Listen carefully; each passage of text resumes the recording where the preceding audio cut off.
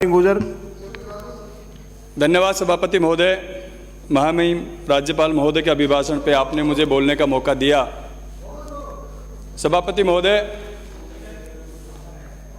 हमारी सरकार को पिछले 4 साल हो गए और 4 साल में जो बेहतरीन काम किए, अभी बिजली की जो बात चल रही थी, बिजली का जब बिल आता था तो बिल में करंट दौड़ता था, लेकिन जब से बिजली की सब्सिडी चालू हुई, गांवों में ज्यादातर लोगों के 0 बिल आ रहे हैं।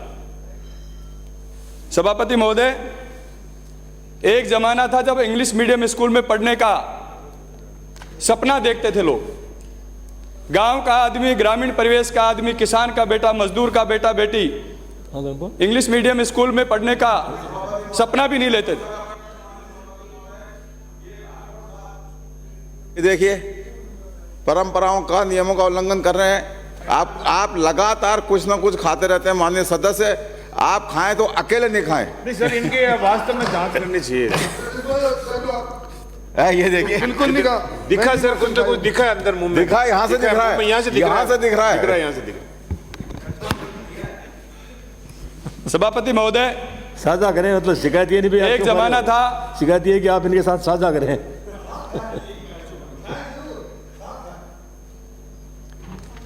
जब इंग्लिश मीडियम स्कूल में पढ़ने का एक सपना हुआ करता था, हमारी सरकार ने, हमारे शिक्षा मंत्री महोदय बैठे हैं, मैं इनको धन्यवाद देना चाहता हूं कि गांव-गांव में जहां जितनी डिमांड करी, उन सब गांवों में इंग्लिश मीडियम स्कूल खोलने का काम किया।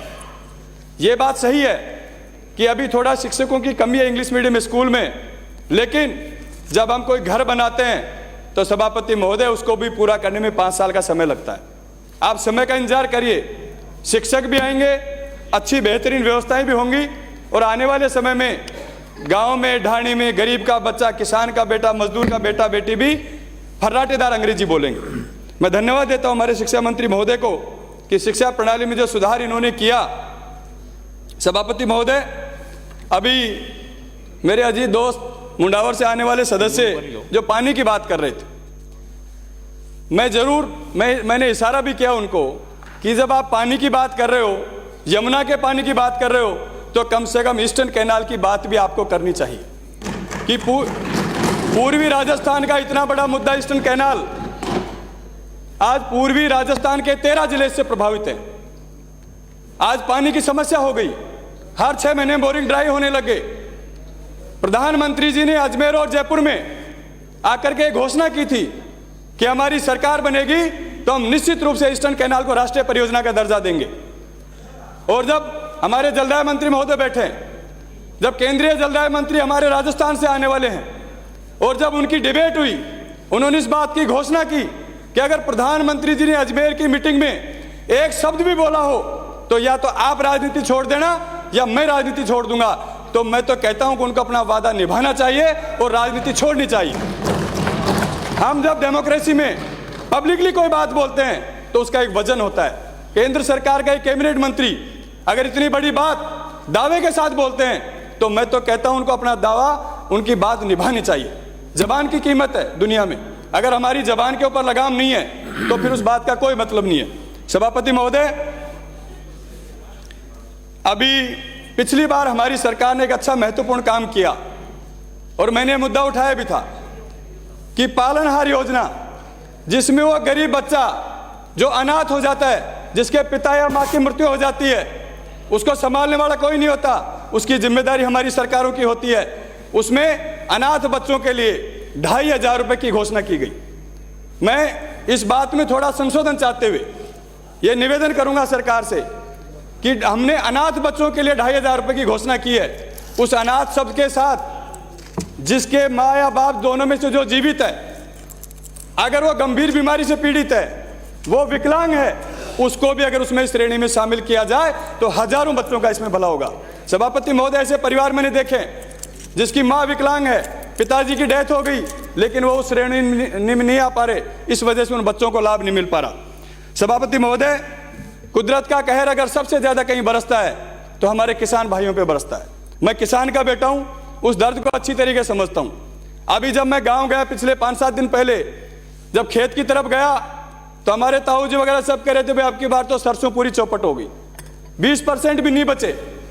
निश्चित रूप से बहुत बड़ा नुकसान सब्जियों में और फसलों में हुआ है। बीमा कंपनियां कह रही हैं कि हम इसको सर्दी जो पड़ती है उसको इसमें कवर नहीं करते हैं। एसडीआरएफ जो पैसा मिलता है वो ऊंट के मुंह में जीरे के समान होता है। सभापति महोदय, सरकार को ऐसा कोई संशोधन लाना चाहिए कि या तो एसडीआरएफ में पैसा बढ़ाएं या फिर बीमा कंपनियों को इसमें पाबंद किया जाए कि पाला जब भी पड़े, पाले से अगर फसल खराब हो तो उसमें भी उनको मुआवजा दिया जाए। सभापति महोदय, एक निवेदन जो ज्वलंत मुद्दा है इस समय मैं करना चाहूंगा कि गांव में हम रोज जाते हैं, शाम को 5 बजे से लेकर रात के 9 बजे तक और सुबह 5 बजे से लेकर 8 बजे तक बिजली कटौती हो रही है। विद्यार्थियों की स्कूलें चल रही हैं और परीक्षाएं चल रही हैं। गांव में जब भी जाते हैं हर व्यक्ति ये बात बोलता है कि इस समय कम से कम बिजली कटौती बंद कराओ ताकि बच्चों को परीक्षा जो चल रही है, परीक्षा आने वाली है, बच्चों को तैयारियों में किसी प्रकार की समस्या नहीं हो। सभापति महोदय, मुख्यमंत्री चिरंजीवी योजना हमारे राजस्थान सरकार की एक इतनी बड़ी स्कीम है कि पूरे देश में मॉडल माना जाता है। अच्छी स्कीम है। इसमें एक सुधार की गुंजाइश है कि हम कई बार जो व्यक्ति इसमें जुड़ा हुआ नहीं है, अचानक उसका ऑपरेट होना है, अगर उसको जोड़ते ही 24 घंटे में वो चालू हो जाए तो उन बेचारे काफी लोगों को फायदा मिलेगा जो इससे जुड़े हुए नहीं होते। सभापति महोदय, पहली बार हमारी सरकार ने शहरी नरेगा स्कीम लागू की। पूरे देश में राजस्थान ऐसा स्टेट है जिसने शहरी नरेगा स्कीम लागू की, लेकिन थोड़ी सी समस्या है। ग्रामीण नरेगा, शहरी नरेगा, इनकी न्यूनतम मजदूरी दर तय होनी चाहिए। कभी कभार कोई जेटीए जयन बदमाशी करते हैं, किसी के खाते में 80 रुपये आते हैं, किसी के में 100 रुपये आते हैं, किसी के में 125 रुपये आते हैं। तो नरेगा में न्यूनतम मजदूरी तय करनी चाहिए, क्योंकि नरेगा में वही व्यक्ति जाता है गाँव में, वही महिलाएं जाती है जिसको बेचारे को कहीं रोजगार नहीं मिलता है, जिसकी पीड़ा होती है, वही व्यक्ति नरेगा में जाता है। उसमें सुधार करने की आवश्यकता है। सभापति महोदय, हमारे आंगनबाड़ी के कार्यकर्ता और सहायिका जो बेचारे सर्वे करने में भी घर घर जाते हैं, गांव में भी घर घर जाते हैं, उनका मानदेय बढ़ाने की मैं मांग करता हूं कि उनका मानदेय बढ़ाया जाए ताकि उन लोगों को भी राहत मिले। सभापति महोदय, मैं मेरे क्षेत्र की कुछ मांग आपके बीच में रखना चाहूँगा, आपके माध्यम से सदन के अंदर रखना चाहूँगा। हमारे यहाँ नहीं मांगे पूरी हुई हैं ऐसा नहीं है, पहले भी हुई हैं और मांग करेंगे तो अभी भी होगी।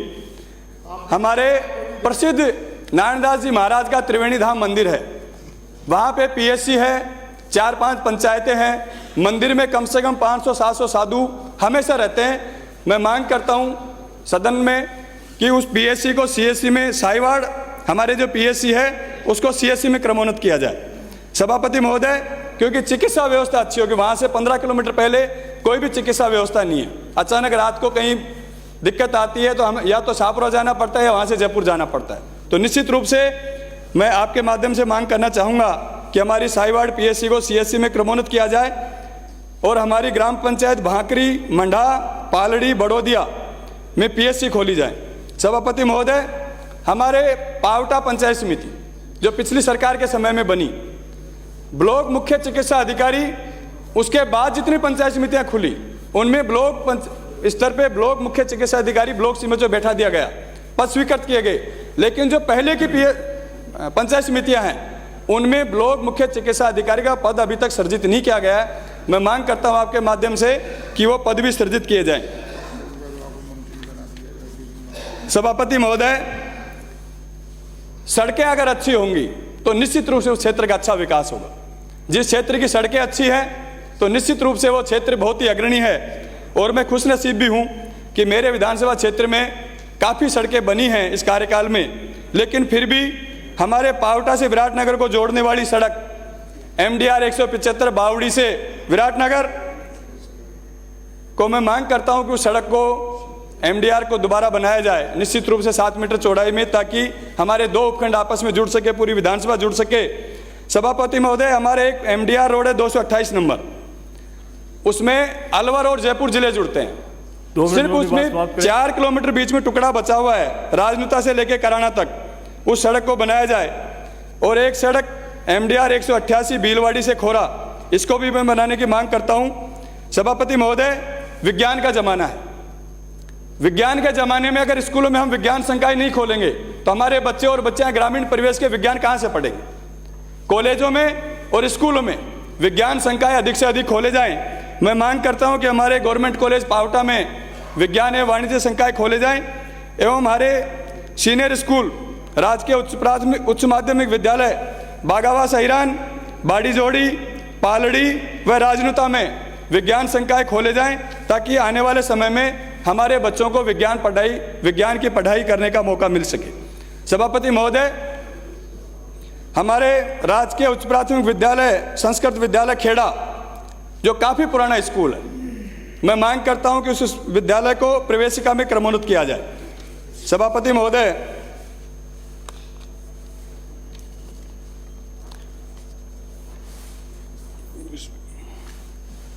मैं आपके माध्यम से मांग करता हूं कि आने वाले समय में मिसिंग लिंक की सड़कों की हमारे यहाँ बहुत ज़्यादा आवश्यकता है। पिछली सरकार में हमारे जो भाजपा से विधायक थे, शायद मुझे लगता है उनकी सरकार में पटरी बैठी नहीं, तो बिल्कुल भी हमारे क्षेत्र में सड़कें नहीं बनी। भिंडा जी की, यूनुस खान की शायद पटरी बिल्कुल ही 5 साल तक नहीं बैठी और उसका खामियाजा हमारे विराटनगर विधानसभा क्षेत्र को उठाना पड़ा। पूरे 5 साल में सड़कों के नाम पे हमारा क्षेत्र जीरो रहा।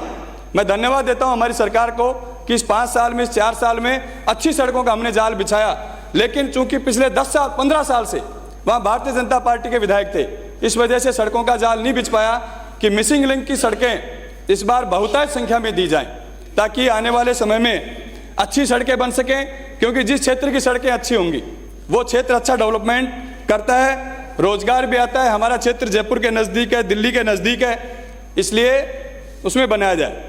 सभापति महोदय, शिक्षा मंत्री महोदय बैठे हैं, मैं युवा हूं तो युवाओं की बात जरूर करूंगा कि जिस तरीके से राजस्थान में हमारे पेपर लीक की घटनाएं आई हैं, निश्चित रूप से उन घटनाओं पे कड़ी कार्रवाई होनी चाहिए। आने वाले 10 महीने बाद चुनाव हैं, जनता के बीच में हम लोगों को जाना है, युवा हमसे जवाब भी मांगेगा। तो जो तह में जाए कि आरपीएससी के अंदर कौन व्यक्ति उसमें शामिल है जो पेपर चोर करके बाहर देता है, जब तक उस तह तक हम लोग नहीं जाएंगे तब तक ये पेपर चोरी का सिलसिला रुकेगा नहीं और युवाओं के भविष्य के साथ जो खिलवाड़ हो रहा है उन लोगों को सख्त से सख्त सजा देने का काम किया जाए। धन्यवाद सभापति महोदय।